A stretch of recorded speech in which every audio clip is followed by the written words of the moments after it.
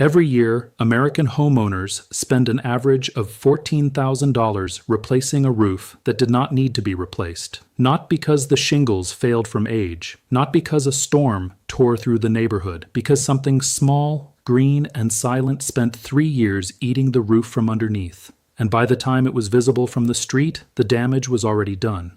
Moss is not a cosmetic problem, it is a structural one. And the industry that profits from replacing your roof has a strong financial incentive to make sure you never learn the difference between the two, or discover what stops it for under $5. There is a compound that has been used to kill moss, algae, and organic growth on building surfaces for over a century. It costs almost nothing. A single application protects a full roof for up to 2 years. You do not climb a ladder, you do not pressure wash, you do not hire anyone. You sprinkle powder along the peak of the roof and let rainfall do the rest. The roofing contractor industry in the United States generates $76 billion per year. Nearly 80% of that revenue comes not from building new roofs, but from replacing old ones that failed before they should have. The number one biological driver of premature roof failure is organic growth, moss, algae, and lichen. And the solution has been sitting in garden centers for decades, priced at $4 a bag. This is the story of what that powder is, why it works, and why you have never been told about it. To understand why zinc and copper kill moss, you need to go back to a pattern that builders noticed long before anyone understood the chemistry behind it. In medieval Scandinavia, churches built with copper roofing stayed clean for centuries. The wooden and stone structures surrounding them turned green within a decade. The builders noticed. The pattern was undeniable. Wherever copper touched a building surface, nothing organic grew on it. Nobody in the 12th century could explain it. They used it anyway because the evidence was unmistakable. The scientific explanation came much later. In 1893, a Swiss botanist named Carl Wilhelm von Nägeli identified what he called the oligodynamic effect, the ability of certain metals, even at microscopic concentrations, to kill living microorganisms on contact. Copper and zinc were identified as the two most potent. A handful of zinc ions dissolved in ordinary rainwater is sufficient to destroy entire colonies of moss, algae, and fungal spores without any further intervention. The chemistry is specific. Zinc ions penetrate the cell walls of moss and algae through a process called ion displacement. Once inside the cell, zinc interferes with the enzymes responsible for energy production and moisture regulation. The cell cannot function. It dies, not in weeks, in days, and it does not grow back as long as zinc ions continue to wash across the surface with each rainfall. This is not folk medicine. It is not a home remedy passed around the internet. The United States Environmental Protection Agency has registered zinc sulfate monohydrate as a registered pesticide for moss and algae control on building surfaces. Oregon State University conducted controlled field studies under Pacific Northwest rainfall conditions, the most demanding moss environment in the continental United States, and confirmed that a single dry powder application suppresses moss regrowth for up to 2 full years. 2 years, from a compound that costs $4 at any garden center. Here is what moss actually does to a roof, because most homeowners have no idea, and the roofing industry has no incentive to explain it. Moss is not a plant in the conventional sense. It has no roots. Instead, it anchors itself using microscopic thread-like structures called rhizoids that physically penetrate the pores and gaps in asphalt shingle surfaces. As the colony grows, the rhizoids push deeper into the shingle material, creating gaps between layers that were never designed to exist. Water enters through these gaps. In climates with freezing winters, that water expands when it freezes and contracts when it thaws. Every freeze-thaw cycle widens the gap slightly. Over 2 to 3 years, the cumulative effect is catastrophic. Shingles begin to curl at the edges, the underlayment beneath them saturates with trapped moisture, and the wooden roof deck begins to rot from the inside outward. By the time this damage is visible from street level, it has usually penetrated to the structural layer. The roofer arrives, inspects for 15 minutes, and quotes $10,000 to $20,000 for a full replacement. What they do not mention is that the shingles themselves may have had another decade of useful life in them. What destroyed the roof was not age, it was biology. and biology that a $4 treatment would have stopped completely. The roofing industry data is explicit on this point, even if contractors rarely share it. Prevention costs 70% less than professional removal. A zinc strip installation along the ridgeline costs approximately $150 and prevents damage that costs $5,000 to $25,000 to repair once it reaches the structural deck. The math is not complicated. The information simply never reaches the homeowner. The specific product to look for is zinc sulfate monohydrate, a white crystalline powder sold in garden centers and hardware stores under brand names including Moss Out and Moss Beware. It is registered with the EPA under registration number 1069992 and is available in most regions at $3 to $5 for a 3-pound bag. Application is straightforward. You need approximately 3 pounds of powder per 600 square feet of roof surface. The average American home has between 1,500 and 2,000 square feet of roofing, which means 6 to 9 pounds of powder total, a cost of $8 to $15 for the entire job. Wait for a dry period with no rain forecast for at least 48 hours after application. Use a long-handled garden spreader or a cup attached to an extension pole. Sprinkle the powder evenly along the ridgeline at the peak of the roof. You do not need to climb onto the surface. When rain arrives, it dissolves the zinc particles and carries them downward across every shingle on both sides of the slope. The zinc ions contact the moss tissue, penetrate the cell walls, and begin the process of cellular destruction.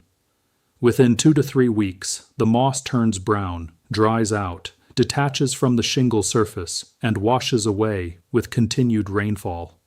You do not scrub. You do not pressure wash. You do not set foot on the roof. For permanent ongoing protection, zinc or copper strips installed along the ridgeline provide continuous ion release with every rainfall. Zinc strips run approximately $150 for a standard residential roof and remain effective for 3 to 5 years. Copper strips are more powerful and can last the remaining lifetime of the shingles for a modest additional cost. A homeowner using this approach spends under $200 once and maintains a moss-free roof for years. A homeowner using professional moss removal services spends between $500 and $1,000 per treatment and typically requires retreatment every 12 months because the service addresses the symptom without eliminating the cause. Now let's talk about what not to do, because there is one common mistake that causes more shingle damage than moss itself. Pressure washing is the single most destructive thing you can do to an asphalt roof. Millions of homeowners rent or purchase pressure washers and blast their roofs with several thousand pounds per square inch of water force, believing they are cleaning and protecting their investment. They are doing the opposite. Asphalt shingles are coated with ceramic granules that protect the underlying bitumen layer from ultraviolet radiation and thermal stress. Those granules are not fused to the surface. They are embedded in it, and they are vulnerable to mechanical force. A pressure washer strips them away in a single pass. Once the granule layer is compromised, the raw bitumen beneath is exposed directly to sunlight. It cracks, it blisters. The shingles fail years ahead of their rated lifespan. Every major shingle manufacturer, Gaff, Owens Corning, CertainTeed, has language in their warranty documentation explicitly voiding coverage if pressure washing is used on their products. The homeowner who pressure washes their roof to remove moss, destroys the granule layer, accelerates shingle failure, and simultaneously cancels the warranty protection that would have covered legitimate storm damage. Nobody warns them. Not the hardware store selling the pressure washer, not the contractor who will eventually benefit from the premature replacement, not the shingle manufacturer whose warranty exclusion clause is written on page 14 of a document no one reads. The economic structure that keeps this information from reaching homeowners is not a secret meeting in a boardroom. It is simpler than that, and in many ways more durable. Zinc sulfate cannot be patented.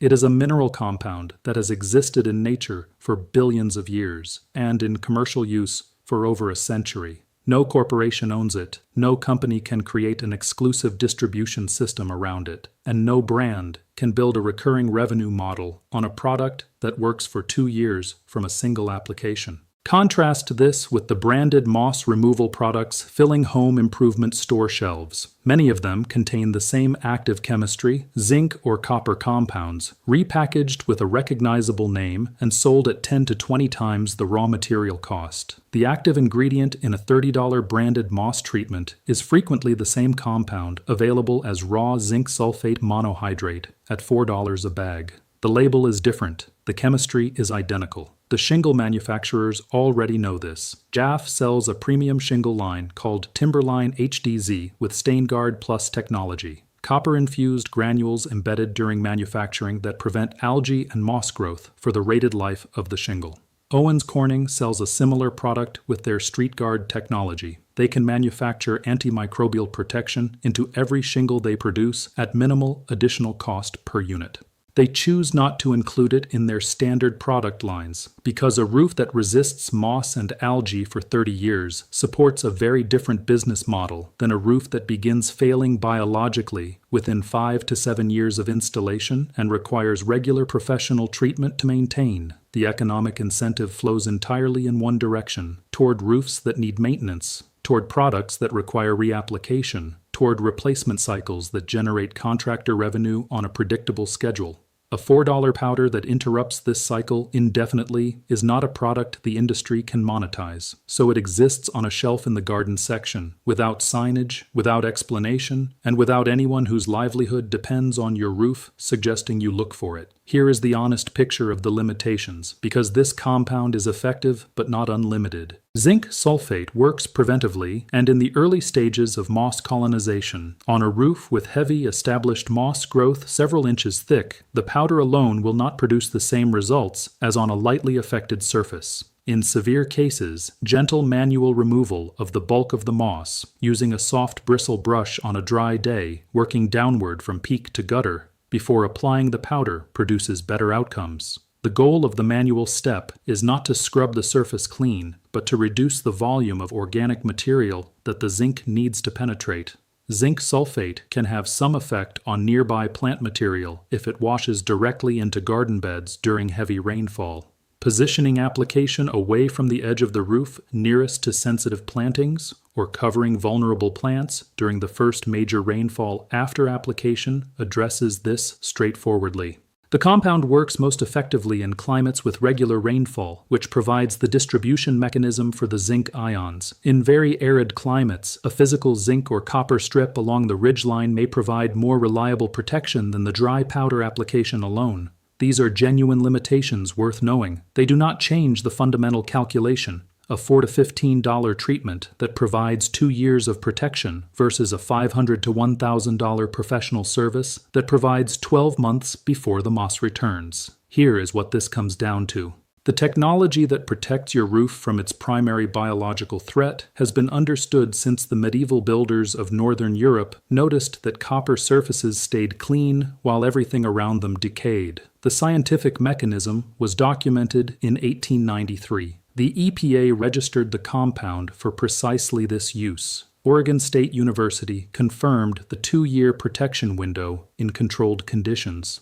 The shingle manufacturers embed the same chemistry into their premium product lines as a selling point, and yet the homeowner standing in a hardware store looking for a solution to the green growth spreading across their shingles is pointed toward a branded spray product in a plastic bottle, containing the same basic chemistry at 10 times the price, requiring annual reapplication, while the bag of zinc sulfate monohydrate sits on the shelf in the garden section with no explanation of what it does. The gap between what is known and what reaches the homeowner is not an accident. It is the predictable outcome of a market structure in which the parties with the most contact with homeowners, contractors, manufacturers, retailers, all profit more from complexity and replacement than from a $4 solution and a dry roof. 6 to 9 pounds of zinc sulfate monohydrate, sprinkled along the ridgeline on a dry day, rain does the rest. That is the entirety of what stands between your shingles and the biological process that the industry has structured its revenue model around.